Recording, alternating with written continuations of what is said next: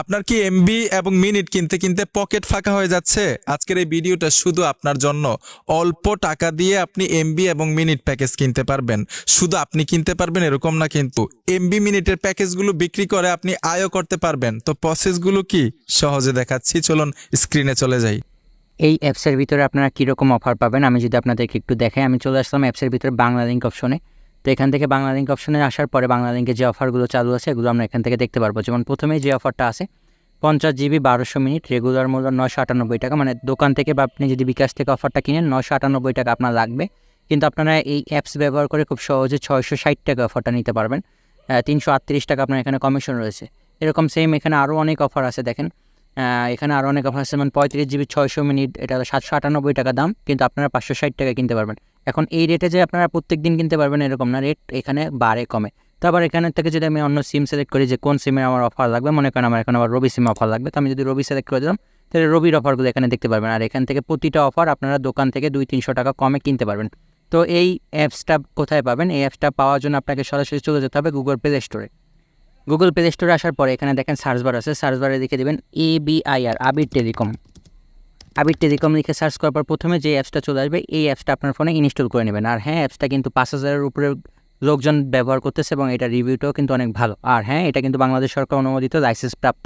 সুতরাং এখানে আপনি একদম নির্দ্বিধায় নিশ্চিন্তায় কাজ করতে পারবেন। আপনার টাকা পয়সা হারানোর বা টাকা পয়সা মারা যাওয়ার এরকম কোনো সম্ভাবনা নেই। তো আপনারা এই অ্যাপসটা ইনস্টল করবেন, ইনস্টল করে ওপেন করবেন। করার পর আপনাদের মাঝে সেম এরকম একটা ইন্টারফেস চলে আসবে। এখানে যেহেতু আপনার অ্যাকাউন্ট নেই, আপনাকে একটা অ্যাকাউন্ট খুলতে হবে। তো অ্যাকাউন্ট খোলার জন্য এখানে দেখেন রেজিস্টার এ নিউ অ্যাকাউন্ট, এই রেজিস্টার এ নিউ অ্যাকাউন্ট অপশনে ক্লিক করে দেবেন। ক্লিক করার পর এখানে আপনার নাম চাইবে, নামের ঘরে আপনার যে নাম আছে ওইটা দিয়ে দেবেন। তো আমার এখানে নামটা আমি দিয়ে দিচ্ছি। এরপরে চাইবে মোবাইল নাম্বার, আপনার যে পার্সোনাল মোবাইল নাম্বারটা আছে ওই নাম্বারটা এখানে বসাবেন। এরপর আপনার ইমেল অ্যাড্রেস যদি থাকে তাহলে এখানে ইমেল দেবেন। আপনার যদি ভোটার আইডি কার্ড বা ন্যাশনাল আইডি কার্ড থাকে তাহলে আপনার ন্যাশনাল আইডি কার্ড বা ভোটার আইডি কার্ডের নাম্বারটা এখানে দেবেন। যদি না থাকে তাহলে আপনার বাবা মা ভাই বোন বা আত্মীয় স্বজন কারো একটা দিতে পারবেন। তো এরপর ডেট অফ বার্থ, আপনার যে ডেট অফ বার্থ আছে ওইটা দিবেন। তো এগুলো আমি সবগুলো ফিল আপ করে তারপর আপনাদেরকে বাকিগুলো দেখাচ্ছি। তো দেখেন উপরের বিষয়গুলো আমি সব ফিল আপ করে ফেলেছি। আপনারা আপনার পছন্দ মতো বা আপনার যে ডিটেলস আছে ডিটেলস অনুযায়ী এখানে ফিল আপ করবেন। ফিল আপ করার পর এখানে দেখেন পাসওয়ার্ড চাইছে। পাসওয়ার্ডটা অবশ্যই আপনার গুরুত্বপূর্ণ, এটা ছাড়া কিন্তু আপনি অ্যাপসে ঢুকতে পারবেন না। সেটা হলো এখানে 6 ডিজিটের একটা পাসওয়ার্ড দেবেন। আপনি যে কোনো খুশি পাসওয়ার্ড দিতে পারেন। তো আমি এখানে AABBCC এটা দিয়ে দিলাম। এরপর পিন নাম্বার অবশ্যই 4 ডিজিটের এবং সংখ্যা দিতে হবে। তো পিন নাম্বারটা আমি এখানে 1100 এরকম একটা পিন নাম্বার দিলাম। আপনি আপনার পছন্দ মতো পিন নাম্বার দিতে পারেন বা আপনারা চাইলে এই পাসওয়ার্ড পিন নাম্বারও ব্যবহার করতে পারেন। পাসওয়ার্ড পিন নাম্বার দেওয়ার পরে এখানে দেখেন নিচের ঘরে অপশন আসছে যে সিলেক্ট ডিভিশন দিতে। ডিভিশনের ঘরে আপনার যে ডিভিশনটা আছে ওইটা এখানে দিয়ে দেবেন। এরপরে সিলেক্ট ডিস্ট্রিক্টের ঘরে আপনার ডিস্ট্রিক্ট দিয়ে দেবেন। উপজেলাটাও আপনি এখান থেকে আপনার উপজেলাটা সিলেক্ট করে নেবেন। এরপর দেখেন ভিলেজ অথবা এরিয়া, এখানে আপনার গ্রামের ঠিকানাটা লিখে দিবেন। তো আমি এখানে লিখে দিলাম বরিশাল। আপনার গ্রামের যে ঠিকানাটা আছে ওইটা এখানে লিখে দেবেন। এরপর চাইতেছে হাউস, মানে এটা হলো আপনার বাড়ির ঠিকানা বা আপনার পদবি, এটা এখানে দিয়ে দেবেন। মনে করেন আপনি খানবাড়ি, তাহলে আপনি লিখে দেবেন খানবাড়ি। বা আপনি যদি মনে করেন আপনি হাওলাদার, তাহলে মানে আপনার মেইন পদবি যেটা আছে ওইটা আপনি এখানে দিয়ে দেবেন। না তো আমি এখানে আমার পদবিটা দিয়ে দিচ্ছি, ঠিক আছে। উপরে সবগুলো অপশন ফিল আপ করার পরে নিচে দেখেন লেখা আছে প্রিমিয়াম। এই প্রিমিয়াম অপশনের উপরে যখন ক্লিক করবেন, ক্লিক করার পর দেখবেন আরও অনেকগুলো অপশন চলে আসবে। তো এখানে আপনি যদি নিজের পার্সোনাল কাজে ব্যবহার করেন তাহলে আপনি 20 টাকা দিয়ে এখানে অ্যাকাউন্ট খুলতে পারবেন, মানে এখানে চার্জ লাগবে 20 টাকা যদি পার্সোনাল অ্যাকাউন্টটা আপনি খুলেন। আর এখানে সর্বোচ্চ অ্যাকাউন্ট আছে সাব অ্যাডমিন প্রো, যেটার দাম হলো 300 টাকা। এখন আপনারা অনেকেই প্রশ্ন করতে পারেন যে ভাই এখানে 20 টাকা এবং 300 টাকা বা যেগুলোর দাম বেশি এগুলোর তফাৎটা কী? এগুলোর মেইন তফাৎ হলো যেগুলোতে আপনার দাম বেশি বা টাকার অ্যামাউন্ট বেশি, অ্যাকাউন্ট খুলতে চার্জ বেশি লাগতেছে, ওগুলোতে আপনি রিচার্জের ক্ষেত্রে এবং অফারের ক্ষেত্রে কমিশনটা একটু বেশি পাবেন। আর পার্সোনাল কাজ আপনি যদি নিজের মানে শুধু নিজে অফার কিনবেন বা নিজে কেনা নিজের জন্য অফার কিনবেন এরকম যদি হয়ে থাকে তাহলে আপনি পার্সোনাল যে অ্যাকাউন্ট আছে 20 টাকা এটা দিয়ে খুলতে পারেন। তবে আপনি যদি ব্যবসার কাজে ব্যবহার করতে চান এই অ্যাপসটা বা আপনার যদি কমিশন বা ডিসকাউন্ট অনেক বেশি প্রয়োজন তাহলে আপনি এখান থেকে এই সাব অ্যাডমিন প্রো যেটা 300 টাকা আর যেটা আছে হাউস 250 টাকা, এই দুইটার মধ্যে যে কোনো একটা খুলে আপনি ব্যবহার করতে পারেন। এক্ষেত্রে আপনি লাভবান বেশি হবেন বা আপনার কমিশন বা ডিসকাউন্ট অনেক বেশি পাবেন। তবে আপনি পার্সোনাল কাজে ব্যবহার করতে চাইলে এখানে যে 20 টাকার অ্যাকাউন্ট আছে এটা খুলতে পারেন। তা আমি লাভ বা আমার কমিশনটা একটু বেশি লাগবে সেজন্য আমি এখানে 300 টাকা যে অ্যাকাউন্ট আছে এটা সিলেক্ট করলাম।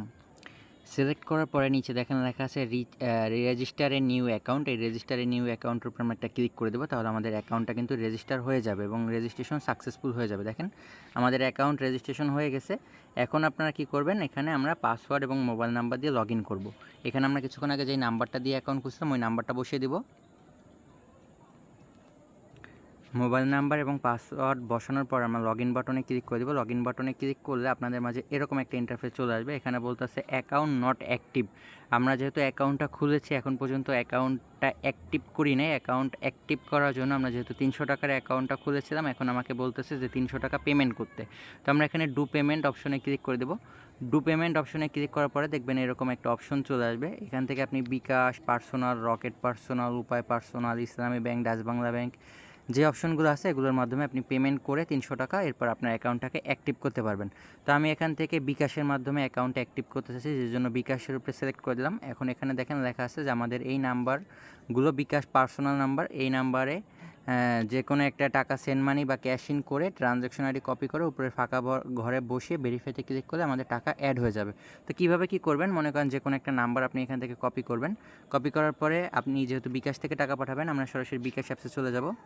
বিকাশ অ্যাপসে যাওয়ার পরে সেন্ড মানি যে অপশন আছে ওখানে ক্লিক করবো, যেহেতু এটা পার্সোনাল নাম্বার। এরপর আমরা ওই নাম্বারটা এখানে বসিয়ে দেওয়ার পরে যেহেতু 300 টাকা দিয়ে আমরা অ্যাকাউন্টটা খুলছিলাম, আমরা এর জন্য 300 বসিয়ে দেবো। আপনি যদি 20 টাকার অ্যাকাউন্ট খুলে থাকেন তাহলে 20 বসাবেন, আপনি যদি 200 টাকার অ্যাকাউন্ট খুলে থাকেন তাহলে 200 টাকা বসাবেন।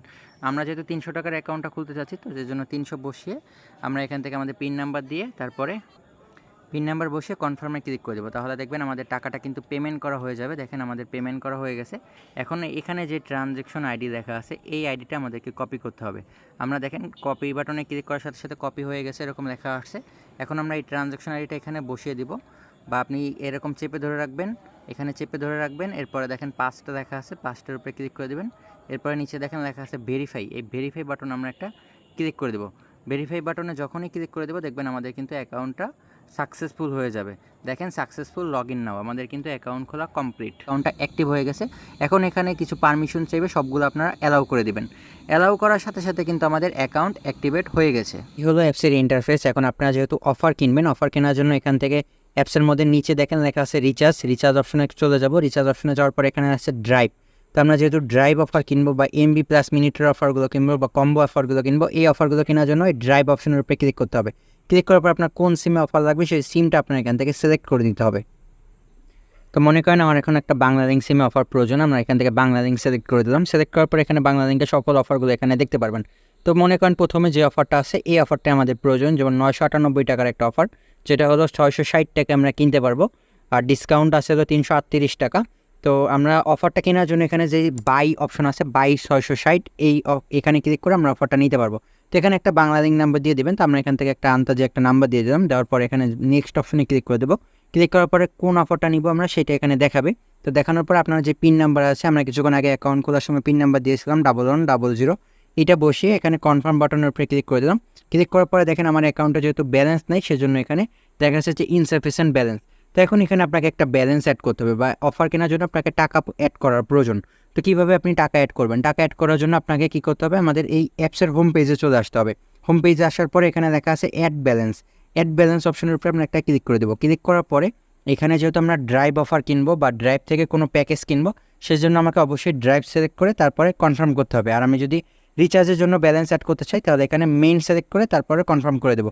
আমরা যেহেতু ড্রাইভ অফার কিনবো বা এমবি প্লাস মিনিটের অফারগুলো কিনবো, সেজন্য আমরা ড্রাইভ সিলেক্ট করে এখানে কনফার্ম বাটনে ক্লিক করে দিলাম।